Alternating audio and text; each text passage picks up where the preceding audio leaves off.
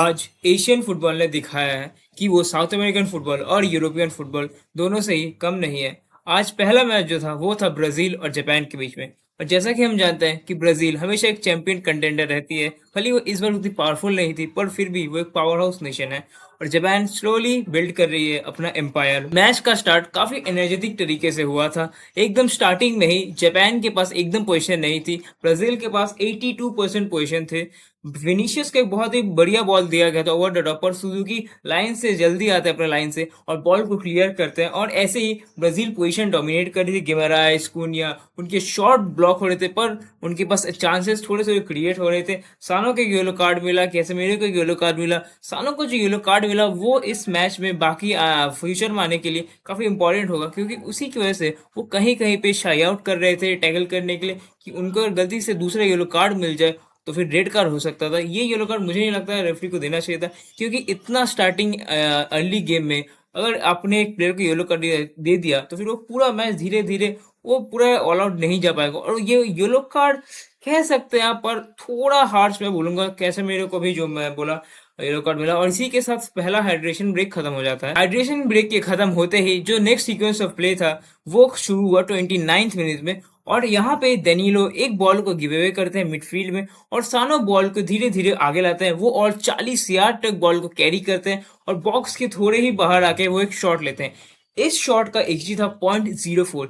ये शॉट गोल में जाने के चांसेस बहुत ही रेयर थे। अगर ये एक फिनोमिनल स्ट्राइक नहीं होती तो फिर ये गोल कभी नहीं होता। और सामने ने बिल्कुल यही किया, उन्होंने एक बहुत ही अच्छा शॉट लिया और गोल स्कोर कर देते हैं against run of play. Japan 1-0 का लीड ले चुकी थी और इसी के साथ जापान जो कि हमेशा काउंटर पे खेलती है, वो फर्स्ट टच खेलती है, पर वो अब खेलना चाह रही थी डिफेंसिवली। उन्हें पता था 1-0 उनके पास ऑलरेडी स्कोर आ चुका है, एक लीड आ चुकी है और अगर वो टो टू टो जाएंगे ब्राजील के साथ तो प्रेस में इंडिविजुअल क्वालिटी में तो वो नहीं कर पाएंगे।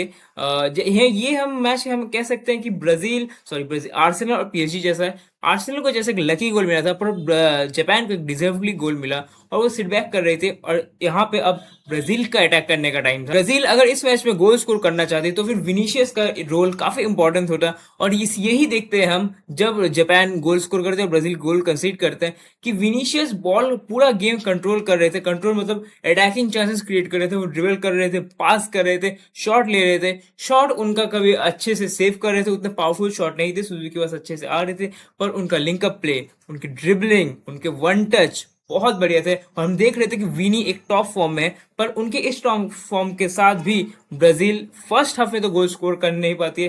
फर्स्ट हाफ तक जापान उन्हें 1-0 तक ही रोकती है और सेकेंड हाफ स्टार्ट होते ही हमें एक इंटरेस्टिंग सब्स्टिट्यूशन देखने को मिलता है जो मुझे नहीं लगा था कि एंचेलोटी ये सब्स्टिट्यूशन करेंगे इतना जल्दी। वो भी एंड्रिक आते हैं पैकेटा की जगह। लोग ये भी कहेंगे कि पैकेटा तो इंजर्ड हो गए थे इसलिए एंड्रिक को लाया गया, पर मुझे लगता है अगर वो एंड्रिक को नहीं लाना चाहते तो फिर वो थियागो को भी ला सकते थे अप फ्रंट और विनी, या फिर आप कहें विनी को या कुनिया को न ये एज अ 10 खिला सकते थे वो, पर उन्होंने वो नहीं किया। एंड्रिक को लाया, वो स्मार्ट चॉइस था, बेहतरीन सब्स्टिट्यूशन था और आते ही विनी एंड्रिक का इम्पैक्ट हमें देखने को मिला। वो लिंकअप में ज़्यादा इन्वॉल्व हो रहे थे एज अ टिपिकल। अगर थियागो आते तो फिर, और इसी के साथ ब्राजील डोमिनेट कर रही थी। फर्स्ट हाफ में हमने देखा था कि ब्राजील के पास बॉल्स तो थी, उनके पास पोजीशन तो थे, पर वो चांस धीरे धीरे क्रिएट कर रहे थे। जापान कभी कभी काउंटर पे आ रही थी, उनके पास बॉल होल्ड कर रहे थे, गेम को स्लो डाउन करने की कोशिश कर रहे थे और वो ऑलमोस्ट पॉसिबल हो भी रहा था। पर सेकेंड हाफ स्टार्ट होते ही हमें लगा कि नहीं, ये तो ब्राजील करने नहीं देगी। ब्राजील ने गेम को डोमिनेट करना स्टार्ट कर दिया था और ब्राजील का मेरे हिसाब से जो बेस्ट सीक्वेंस ऑफ प्ले था पूरे मैच का वो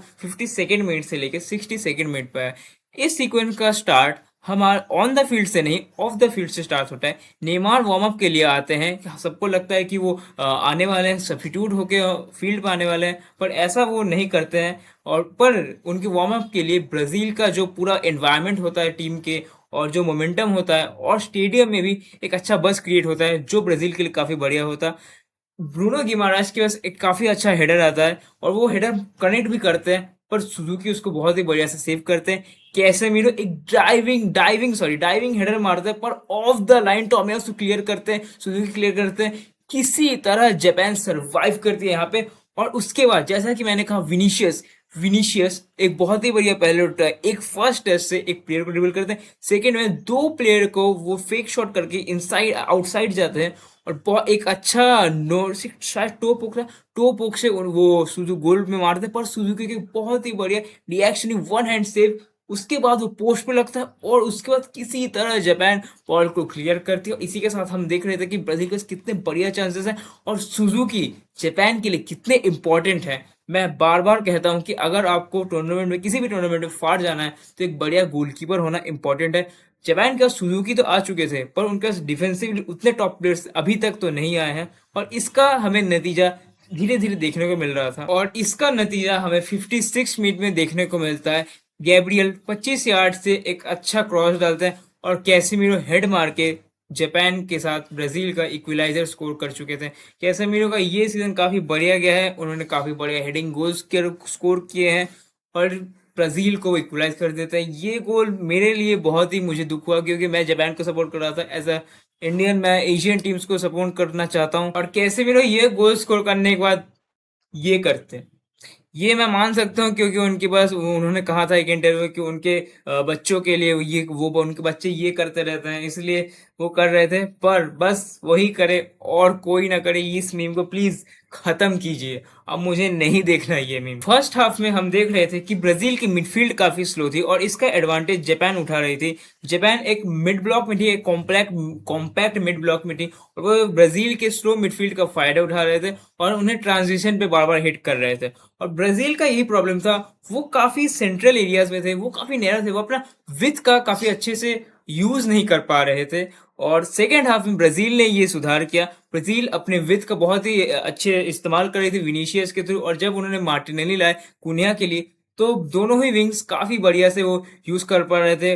उनका सर्विस जो था बॉक्स है वो काफी डायरेक्ट हो गया था, वो गोल स्कोर करने के लिए ज्यादा ऑप्शंस बना रहे थे और ज्यादा स्ट्रेच छोड़ी थी जापान की डिफेंस। और जापान का गलती सेकेंड हाफ में ये था कि उन्होंने जब फर्स्ट हाफ में कॉम्पैक्ट एक मिड ब्लॉक मेंटेन किया था, सेकेंड हाफ में आते आते उन वो कुछ ज्यादा ही डीप आ गए।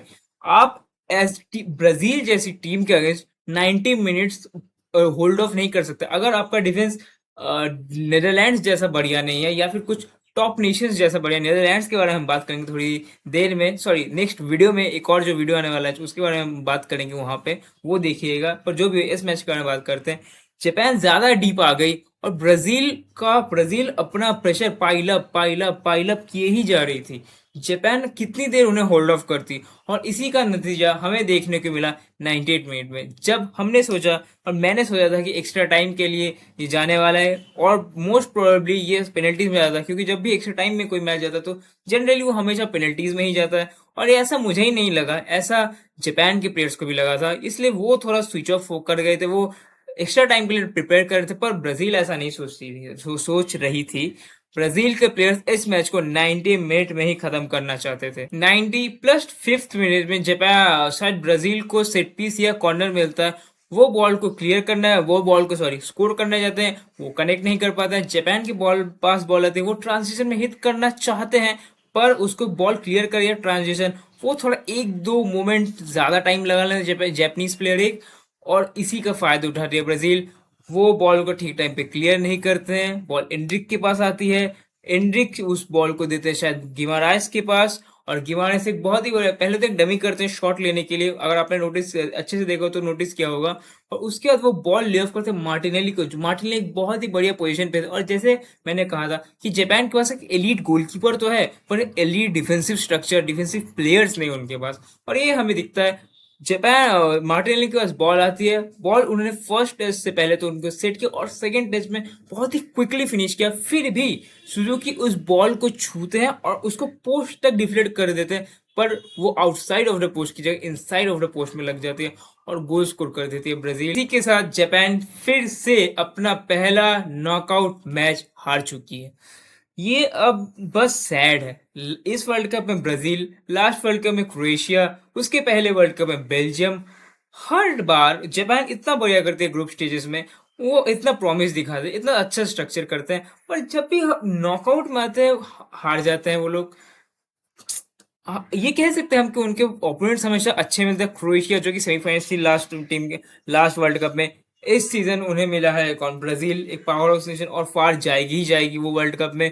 उसके पहले मिला था उन्हें बेल्जियम, जो वापस सेमीफाइनलिस्ट है 2018 वर्ल्ड कप के। तो बुरा लग रहा है। बस जापान पता नहीं अपना पहला नॉकआउट मैच कब जीतेगी, कब वो लास्ट ये वर्ल्ड कप वापस होगा जब राउंड ऑफ 16 क्वार्टर्स में जा पाएगी।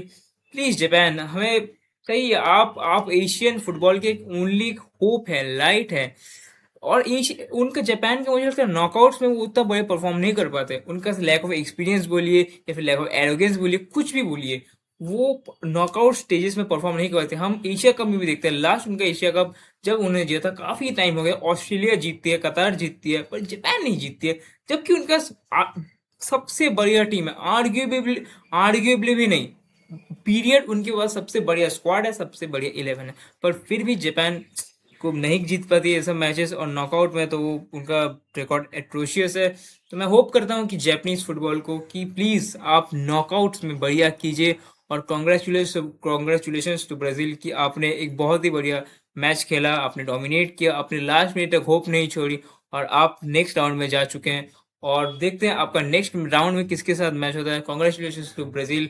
और ये वीडियो यही खत्म होता है। अगर आपको वीडियो अच्छा लगा तो सब्सक्राइब कीजिए। और अगर आपको थोड़े और कंटेंट देखना है मेरा, तो मेरा यूट्यूब शॉर्ट्स चेकआउट कर सकते हैं, मेरा इंस्टाग्राम रील चेकआउट कर सकते हैं। तब तक के लिए पीस।